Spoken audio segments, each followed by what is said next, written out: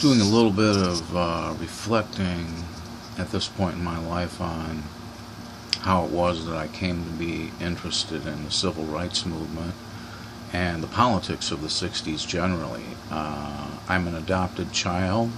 I do not know who my parents were. I'm a bastard, as they say. And in being a bastard, not in the bad sense of you're a bastard, but in the bad sense of not knowing what my family heritage was or is and not inquiring into it, I don't have that knowledge of my background, and I always thought this was in a way an advantage to me because it caused me to see the world as just slightly more mysterious than other people see it, because they knew where they came from, so they never had the question to begin questioning, well, if I don't know my origins, then what am I, or who am I? I often thought, having studied philosophy for a number of years, that it would be a good way to begin a philosophy course to tell a group of students that I was in this position of not knowing what my heritage or lineage, family lineage was, and therefore that I was in a position that was different from other people. And so one that encouraged the idea of sort of mysteriousness or mystique in the background of my own life forced me to question more than it actually would force others to question. But then upon reflecting on that, I realized that that's not really true. That every one of us, since we're a member of the human race, and no one of us has like a picture of the human race going all the way back to the beginning, or knows who we're related to or who we're not related to, no one of us could really say that we were in any better position of knowing the answer to where we came from and why we were here than I did. But I thought it was a nice way to begin a philosophy course, if I ever got a chance to teach introductory philosophy, that this would be a good way of getting, first of all, showing people that I was different than they were, but then ultimately actually, excuse me for shaking my camera here a little bit, but I thought it would eventually give them a way of looking at me as sharing in common with them this mystery, and therefore that it would be an important way of, I would be able to put the hook in them, because they'd all want to answer that question then. And once they wanted to answer that question, they would have come to see what philosophy is. And that's just a kind of natural questioning of things that are mysterious, or things that are possible, to explain, but things that are very difficult to explain. Like if I present any person with the question of who you are as a person and why you became that way, that could very quickly become a perplexing question for each person.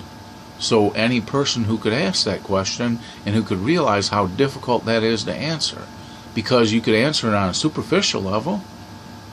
I could say my grandmother is the mother of my mother, and her name is this, and then her mother's name was this, and her mother's name was this, but did that really tell you who you are? Or would you still have the question of who you were, even if you did know?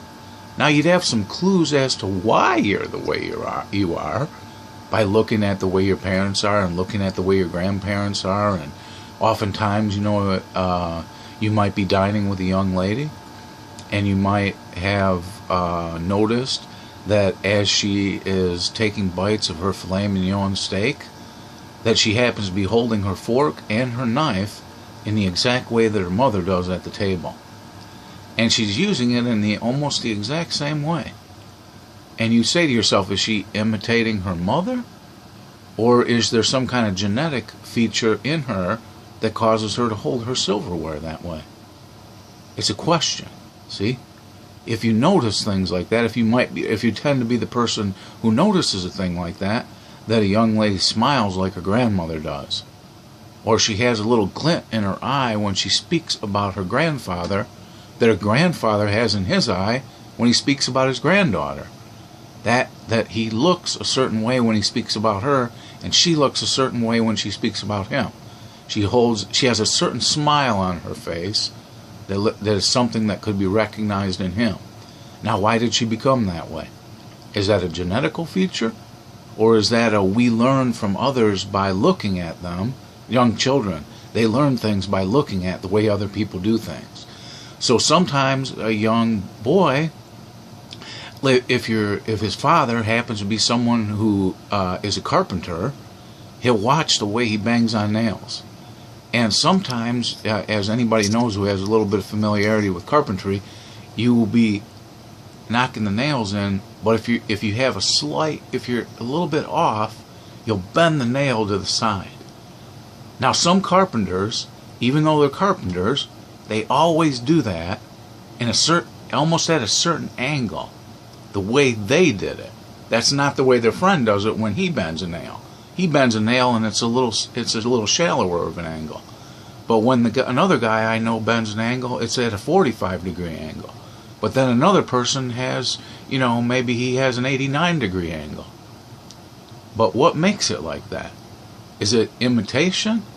Or is it that we have characteristics that are grounded deep in our genetical nature that make us be like or appear like to others the other person? Many people will know that perhaps some young ladies who are growing up, they realize that they have a certain struggle with their mothers for power. But they also realize then when they go on vacation that their mothers have a certain struggle for power with their mothers. And so it's something that's going on through the generations, if you will. When I would go to my grandmother's hometown, Spillville, Iowa, a place I'm rather proud of. It's a place where poor farmers existed, but it's also a fascinating place because I could always predict when we were going to go to my grandmother's that my mom was going to have at least one knockdown, drag-out fight with her mother. At least one time it was going to happen. And I could further predict that it would usually happen on the issue of her perceiving that my grandmother was actually treating my sister better than she was treating me. So my mother would get upset about it. And she would start yelling at my grandmother and saying, "Hey, why are you treating Julie, my sister, as if she's better than Jeff?" But when it came to my own feeling about the matter, I had no such feeling. If my grandmother spent 3 hours in the morning with my sister at the table playing cards, I didn't have any bad feeling about it at all. I was like, neither one of those ladies bugged me. I'm happy because I could go outside and I could not, my sister didn't come out there and pick on me, and I could do things that I liked to do when I was over there. I could reach over there right now and grab something that I made. It's a cannon, and I would make it at my grandmother's when I would go, and this is one of the reasons my dad didn't like me, because I made one of these cannons like this out of pop cans, and then you could put lighter fluid in one of these cans and you could make a loud explosive noise with it, and it was really loud, so loud that if your grandmother was always nervous that you were going to be outside doing something, like she'd always be standing at the back door looking out there because she was like, Jeff's going to get in trouble. I know he is, so I better watch. And she'd wait, and then, maybe she'd hear a loud noise or something because I'd set my cannon off. And I was never satisfied if my cannon was this size, that this size is right now, regular pop can size. I wasn't happy with that, so I realized that you could use the high C cans, and you could make one big one out of high C cans, and that would be even louder than that one. And so, that's kind of mischievous, but I didn't have anything to do with it when it was vacation, so that's what I did. I was a mischievous kind of guy, a little bit mischievous. My dad was a little bit like this too, but my dad adopted me. I'm adopted, see? So there isn't a direct genetic connection, but he was the kind of guy who'd be sitting sometimes in the corner and he'd rarely say a lot of things, but sometimes he would raise an issue and he'd be laughing at something that my mother was taking seriously. So my mother was like in crisis But my dad was kind of laughing, and he would come up with a funny remark about the thing, and I can't give a good example right at this moment. But this was the case too. So how do we become the way we are? Why is it that some of us change in life, or what is it that causes us to change in life, or causes us to experience our lives as not altogether determinate, as if there's kind of a genetic palette in the background of each person's existence from which they're making a painting that nobody can tell how it's going to turn out. And that's called freedom. That's called the freedom that each individual has to turn out the way they turn out, no matter what. Sometimes in spite of what your background was, and sometimes because of what your background was. This is the most fascinating element to me.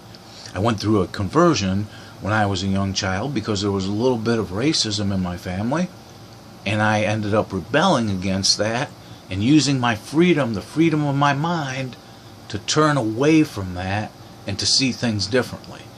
And I always try in a relationship with somebody, if I have a relationship with somebody, I always try to be honest with them about my position on that. Because I don't like to deceive people about that. And I don't like, it's not that I will not have a friend who has those views, because if I give up in that way on people, then you never get a chance to have an impact on people. And they never get a chance to experience what you really are about. Now, we can change in life. And so this aspect of me changed, even though I wasn't like an awful racist or anything, but certain things in my background that I was reminded of earlier tonight when I was thinking of one of Dr. King's attorneys, William Moses Kunstler, who made a remark about being racist himself when he was young. He said, we get that in our mother's breast milk. And he kind of was referring to Jews, and how in the Jewish community you might get a characteristic like that that seems like it might be like transmitted almost by genetical inheritance. But then William Kunstler was the attorney of Dr. King, and he became converted to the civil rights movement, and he ended up defending the Chicago 8 in the trial in Chicago after the 1968 Democratic National Convention, and those young hippies were brought to trial for causing trouble there. So he made a complete conversion in his life and thinking, or not, maybe he would say that it wasn't really a complete difference, because the people I knew were not really that racist when it came down to it. But the point is that we never really bring out the essence of another person, or we never bring out the essence of our own person until we can begin by asking, who am I? Why am I the way I am? And why should I become a different way than I am right now? What should make me, or what constitutes me? And this can be a question for somebody as wealthy as a prominent senator who has family that goes all the way back to the Standard Oil Company, because he knows more of his ancestors than I do. But if he were to ask, why am I the way I am, he might be able to see characteristics of that in those other people, but then he might say, but I have different views than my father on this or that issue, or than my mother on this or that issue. See, that's our freedom. That's the freedom that is internal to each human being. And that's something, to me, that's a big question mark. You'll see one of my videos online. It's got Kwame Appiah, philosopher and black man, not of great importance, but since we're talking about it, it has a question mark on the cover. And a question mark is on the cover of every book that is a person. That same question mark appears. And if you are inclined to philosophy or philosophic questioning, you have that same question mark. Stand in front of the mirror one day and say, who am I?